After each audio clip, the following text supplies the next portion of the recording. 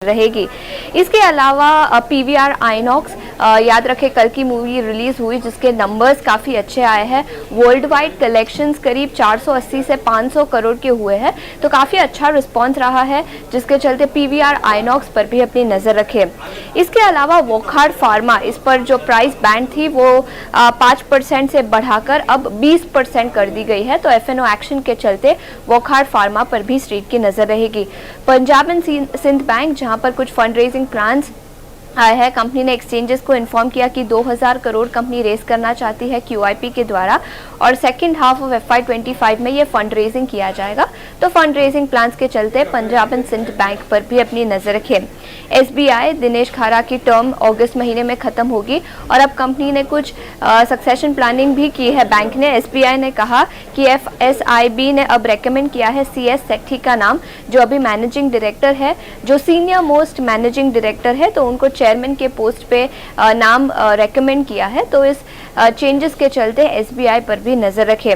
Doctor Reddy's और जाइडस, जिनको एक अप्रूवल मिला है ब्रेस्ट कैंसर ट्रीटमेंट के ड्रग के लिए, बोरोसिल में कुछ ब्लॉक डील्स हुई थी, प्रमोटर्स ने कुछ स्टेक बेची है, और खरीदारी में कार्नेलियन एसेट मैनेजमेंट ने 27 लाख शेयर्स खरीदे हैं 86 करोड़ में। तो कुछ नए इन्वेस्टर्स के नाम आए हैं, जिसके चलते बोरोसिल पर भी अपनी नज़र रखें।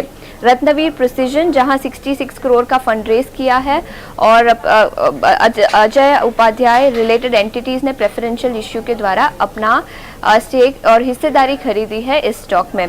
KIOCL, जहां पर कंपनी ने एक एक्विजिशन किया है, आयरन और माइन प्रोजेक्ट, 882 करोड़ का ये एक्विजिशन है। और इसके अलावा signature global, real estate sector से सिग्नेचर ग्लोबल पर भी अपनी नज़र रखे। कंपनी ने प्रीमियम फ्लैट्स बेचे हैं 27 करोड़ की टोटल वैल्यू के, गुरुग्राम में प्रोजेक्ट था, तो इस अच्छे रिस्पॉन्स के चलते सिग्नेचर ग्लोबल पर भी स्ट्रीट की नज़र रही। राइट, बहुत बहुत शुक्रिया शेषा, पूरी लिस्ट सामने रखने के लिए। तो ढेर सारे काउंटर्स हैं जहां पे हमारे एक्सपर्ट से भी चर्चा करेंगे, पर आइए उससे पहले समझ लेते हैं कि ब्रोकरेजेस की कॉल कहां पे आई है और कहां पे आज है रिपोर्ट्स। और गौरव हमारे साथ जुड़े हैं ये पूरी लिस्ट के साथ। गौरव, गुड मॉर्निंग, बताइए कहां पे हैं आज रिपोर्ट्स। जी हाँ, तो सबसे पहले शुरुआत करते हैं JB फार्मा के साथ, क्योंकि कोटक सिक्योरिटीज़ ने यहाँ पे इनिशिएट किया है बाय रेटिंग के साथ, और उन्होंने टारगेट प्राइस दिया है 2025 रुपीज़ का। उनका मानना यह है कि कहीं पे इंडिया में फोकस जो रहेगा कंपनी का वो काफ़ी अच्छा रहने वाला है आगे जाके। इसी के चलते हुए उनका मानना यह है कि कहीं पे पैट में हमें 19% का CAGR ग्रोथ देखने को मिल सकता है अगले 3 सालों में। इसी के साथ साथ कंपनी के जो एक्विजिशन है वो भी काफ़ी अच्छे से प्ले आउट होने वाले हैं, और आखिर में कहीं पे एक JB फार्मा जो है कहीं पे एक प्रीमियम पे ट्रेड होते हुए हमें देखने को मिल सकता है, और इसी के चलते हुए उनका एक बुलिश व्यू जो है वो मेंटेन रखा है उन्होंने JB फार्मा के लिए। अगली बात करते हैं इंजीनियरिंग एंड कैपिटल गुड्स की कोई कंपनीज के, जहां पे MK ने इनिशिएट किया है। तो जैसे L&T पे वहां पे इनिशिएट किया है उन्होंने बाय रेटिंग के साथ, और टारगेट प्राइस दिया है 4200 रुपीज़ का।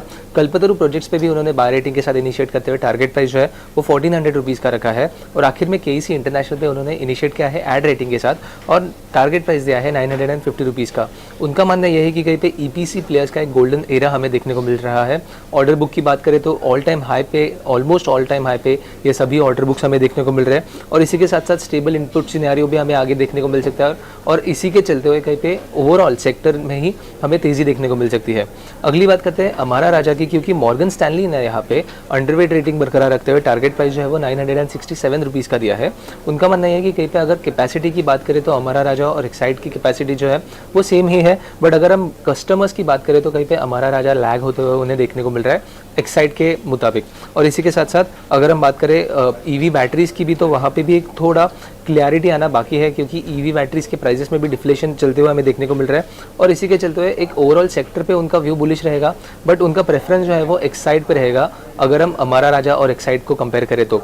और आखिर में बात करते हैं डिक्सन टेक की, जहाँ पे HSBC ने बाय रेटिंग बरकरार रखते हुए टारगेट प्राइस जो है वो बढ़ा के 12,800 रुपीज़ का दिया है। उनका मानना है कि ओवरऑल जो एनवायरनमेंट है वो काफ़ी पॉजिटिव है पूरे सेक्टर के लिए ही, और इसी के साथ साथ अगर हम बात करें इलेक्ट्रॉनिक ट्रेड्स की तो वहाँ पे एक डेफिसिट है, और इसी के चलते हुए कहीं पे एक्सपोर्ट्स में सपोर्ट मिलना काफ़ी ज़्यादा एक्सपेक्टेड है, और इसी के चलते हुए कहीं पे डिक्सन में भी हमें बेनिफिट देखने को मिल सकता है, और इसीलिए उनका एक बुलिश व्यू उन्होंने बरकरार रखते हुए टारगेट प्राइस जो है वो बढ़ा के 12,800 रुपीज़ का रखा है।